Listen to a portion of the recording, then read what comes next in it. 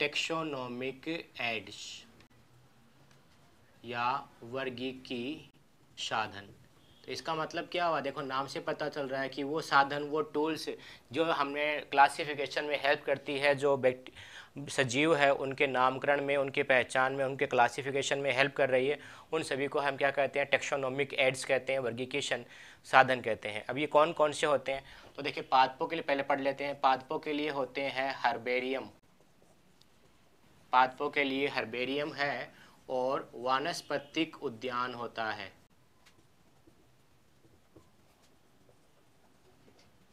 And botanical gardener.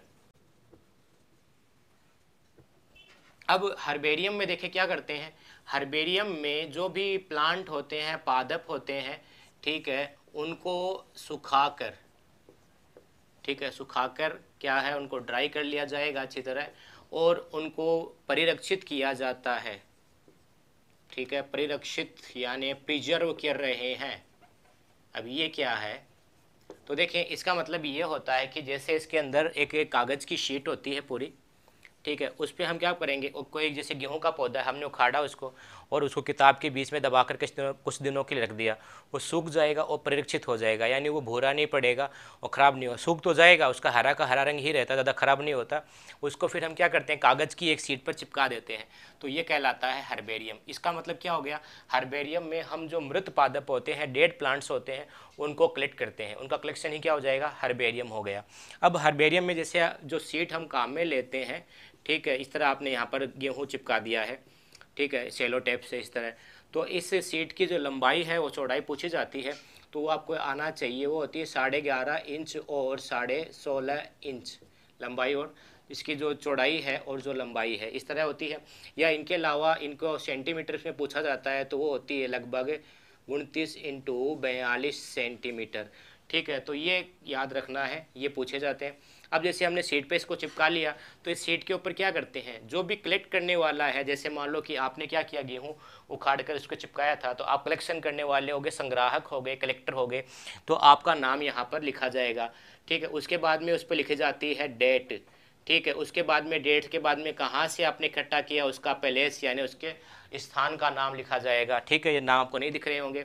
इनके अलावा इस पे क्या लिखा जाता है, इनके अलावा इनका जो जैविक नाम होता है, बायोलॉजिकल नेम होता है, जिसको हम कहते हैं बॉटनिकल नेम, वो लिखते हैं।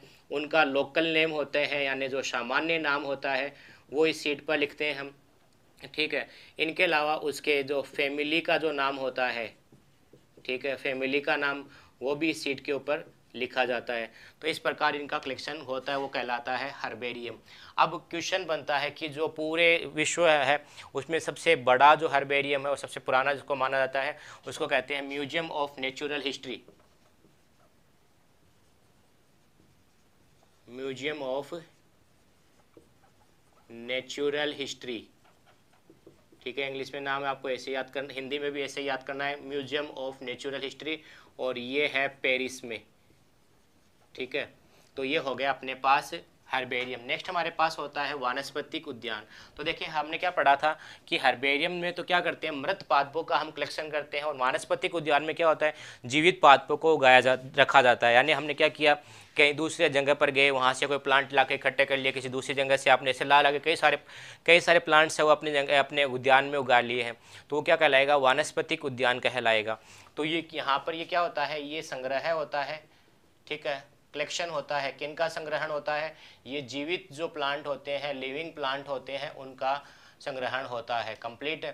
और इनमें भी क्या करते हैं, वही हम करेंगे इसके अंदर, जो प्लांट आप इकट्ठा कर रहे हो तो उनके हैबिटाट यानी उनका आवास कैसा था, और उनके जो होते हैं जैविक नाम है, उनका फैमिली का नाम है, उनका लोकल नाम है, ये भी वहाँ पर एक लेबल के ऊपर लिख दिया जाता है, किसके अंदर, बॉटनिकल गार्डन के अंदर। अब इसमें इंपॉर्टेंट क्वेश्चन बनता है कि जो अपना भारत का सबसे बड़ा बॉटनिकल गार्डन है वो कौन सा है, तो देखिए उसका नाम है, भारत का जो सबसे बड़ा बॉटनिकल गार्डन है उसका नाम होता है इंडियन बॉटनिकल गार्डन, और ये है शिवपुर, और ये है कोलकाता में, ठीक है, कोलकाता एक कस्बे का नाम है शिवपुर, कोलकाता में है ये। वेस्ट बंगाल जो है, पश्चिमी बंगाल है, ये वहाँ पर है। Indian botanical garden Shivpur complete है। इनके अलावा इस बोटनिकल गार्डन में एक बहुत बड़ा बरगद का पेड़ है, सबसे विशाल बरगद का पेड़, जिसका नाम होता है,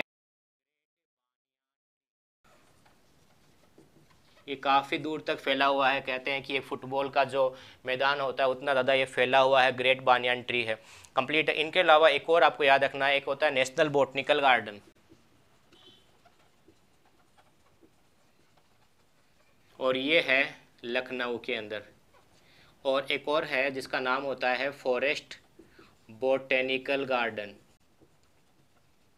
और जो है दार्जिलिंग में,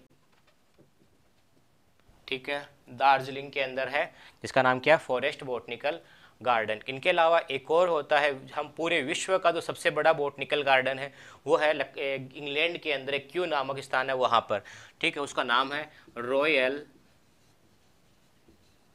बोटेनिकल गार्डन,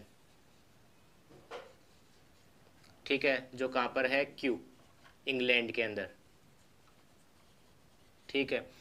एक चीज़ और याद रखना है कि कहा जाता है कि इस रॉयल बोटनिकल गार्डन है ना, यहाँ पर भी सबसे बड़ा हर्बेरियम है, लेकिन अधिकतर बुक्स में आपको मिलेगा पेरिस वाला म्यूजियम, ठीक है। तो आपको कंफ्यूज नहीं होना है, अगर इनमें से अधिक दोनों आ गया तो उसमें आपको सही करना है museum of natural history Paris वाला, वरना इसमें भी एक हर्बेरियम है रॉयल बोटनिकल गार्डन में भी, ठीक है। तो ये हो गया अपने पास बोटनिकल गार्डन, और दूसरा हो गया हर्बेरियम। ये तो हो गया प्लांट्स के बारे में। अब हम जानते हैं जंतुओं के बारे में।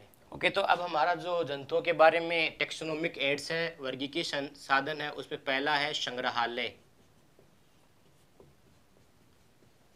जिसको हम कहते हैं म्यूजियम, और फिर उसके बाद में होता है नेक्स्ट जंतु उद्यान, ठीक है, जिसको हम कहते हैं जूलॉजिकल पार्क, जूलॉजिकल पार्क। तो देखिए क्या किया जाता है, मैंने आपको बताया भी था, जैसे हर्बेरियम में क्या थे, मृत पादप थे, ठीक है, डेड प्लांट थे, जिसको हमने क्या किया था, सुखा लिया था। तो वैसे यहाँ पर भी अगर डेड को अगर संग्रह कर रहे हैं, एनिमल्स को, कोई भी जंतु को, तो वो क्या हो जाएगा, हमारे पास म्यूजियम हो जाएगा। और जीवित अगर जंतुओं का संग्रहण कर रहे हैं तो उसको हम क्या बोल देते हैं, जंतु उद्यान कह देते हैं कंप्लीट है। इसमें क्या किया जाता है, एक हमारे पास जार होता है या एक कंटेनर होता है, एक पात्र होता है, उसमें किसी भी जंतु को, जैसे सांप है, उसको, मृत सांप रहेगा, उसको इकट्ठा किए जाते हैं, उसको कहलाएंगे संग्रहालय। लेकिन इसमें उसकी डेड जो बॉडी है ना, ये खराब नहीं हो, डिकम्पोज नहीं हो, यानी उनका शरीर का अपघटन स्टार्ट नहीं हो जाए, उसके लिए इसके अंदर केमिकल रखा जाता है, और उस केमिकल का नाम होता है फॉर्मेल्डिहाइड, फॉर्मेल्डिहाइड या फॉर्मेलिन, फॉर्मेल्डिहाइड या फॉर्मेलिन, उस केमिकल में उसको डुबा कर रखते हैं, इसकी वजह से वो जल्दी ख़राब नहीं होती। ऐसे स्कूलों में भी आपने देखा होगा, प्रयोगशाला जो होती है, लेबोरेटरीज होती है, वहाँ पर रखे जाते हैं, जैसे छिपकली है, सांप है, कॉकरोच मिल जाता है आपको, ये सब आपको प्रयोगशाला लेबोरेटरी में मिलते हैं। इनके अलावा हम बात करते हैं जंतु उद्यान। जंतु उद्यान में क्या करते हैं, आपको सभी का देखा होगा, जू देखे हुए, चिड़ियाघर, तो वहाँ पर जीवित जो जीव है उनको रखा जाता है। इनके अलावा ये एक और चीज़ में सहायता करता है, ये करता है बाह्य स्थानीय संरक्षण में, बाह्य स्थानीय संरक्षण में भी हेल्प करता है, ठीक है, जिसको हम कहते हैं एक्स-सिटू कंजर्वेशन, एक्स-सिटू कंजर्वेशन में भी ये हेल्प करेगा। अब क्वेश्चन बन गया सर एक्स-सिटू कंजर्वेशन या बाह्य स्थानीय संरक्षण क्या होता है। तो देखिए इसमें क्या किया जाता है कि जैसे बाघ है ये जैसे रणथंभौर में पाए जा रहे हैं, तो यहाँ पर इनकी संख्या कम हो रही है, तो हम क्या करेंगे, वहाँ से निकाल कर उनको जू में रखेंगे, चिड़ियाघर में रखते हैं, और वहाँ पर डॉक्टर्स होते हैं और जो ट्रेनर्स होते हैं उन सभी की निगरानी में रहता है वो, ठीक है। तो उनकी निगरानी में रहेगा तो उनमें जो भी प्रॉब्लम होगी वो सॉल्व वहाँ पर हो सकती है, और उनका शिकार भी नहीं हो पाएगा। तो इस प्रकार हम बाघ को बचा सकते हैं। तो वो क्या कहलाता है, वो कहलाता है शव स्थानीय संरक्षण। तो जंतु उद्यान है ये शव स्थानीय संरक्षण में सहायता करते हैं। इनके अलावा लास्ट का जो है हमारे पास, उसका नाम होता है कुंजी या टेक्सोनोमिक की, टेक्सोनोमिक कीज।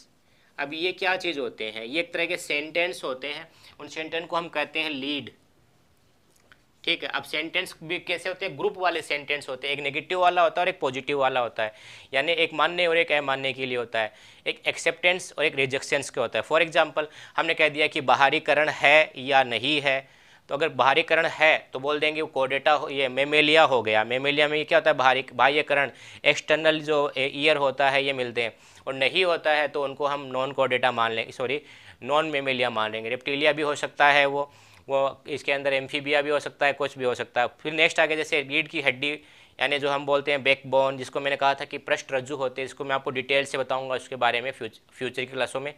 तो बैकबोन है या नहीं है, तो पहला क्या हो गया, एक्सेप्टेंस का हो गया, दूसरा हो गया रिजेक्शन का, मानने का और अमानने का। दूसरा अपनी संतति है उनको दुग्धपान करवाते हैं या नहीं करवाते। तो इस प्रकार ये सब क्या कहलाते हैं, कुंजी कहलाती है। तो कुंजी के द्वारा हम क्या कर सकते हैं, कुंजी के द्वारा कोई भी जीव है उसकी पहचान कर सकते हैं, और पहचान कर कर हम उनके जो वर्ग होता है, ठीक है, उनका जो गण है, कुल है, वंश है, यानी हमारे पास क्या हो गया, उनकी जो क्लास है, ठीक है, ऑर्डर है, फैमिली है, जीनस है, उन सभी को हम क्या कर सकते हैं, आइडेंटिफाई कर सकते हैं, यानी उनकी पहचान कर सकते हैं कि इसका कुल कौन सा होगा। फॉर एग्जांपल मैंने आपको बताया था संघ के अंदर कि एक कोडेटा संघ होता है जिनके अंदर रीढ़ की हड्डी होती है, तो हमने कहा कि रीढ़ की हड्डी है तो इसका मतलब कोडेटा संघ का हो गया, नहीं है यानी कोडेटा संघ का नहीं है। इनके अलावा जैसे हमने पढ़ा था कि अपनी संतति उनको दूधपान करवाते हैं, बाहरीकरण पाए जाते हैं, तो क्या कह देते हैं उसको, मेमेलिया कह देते हैं, स्तनधारी कह देते हैं। अगर नहीं है तो स्तनधारी नहीं हुआ ये,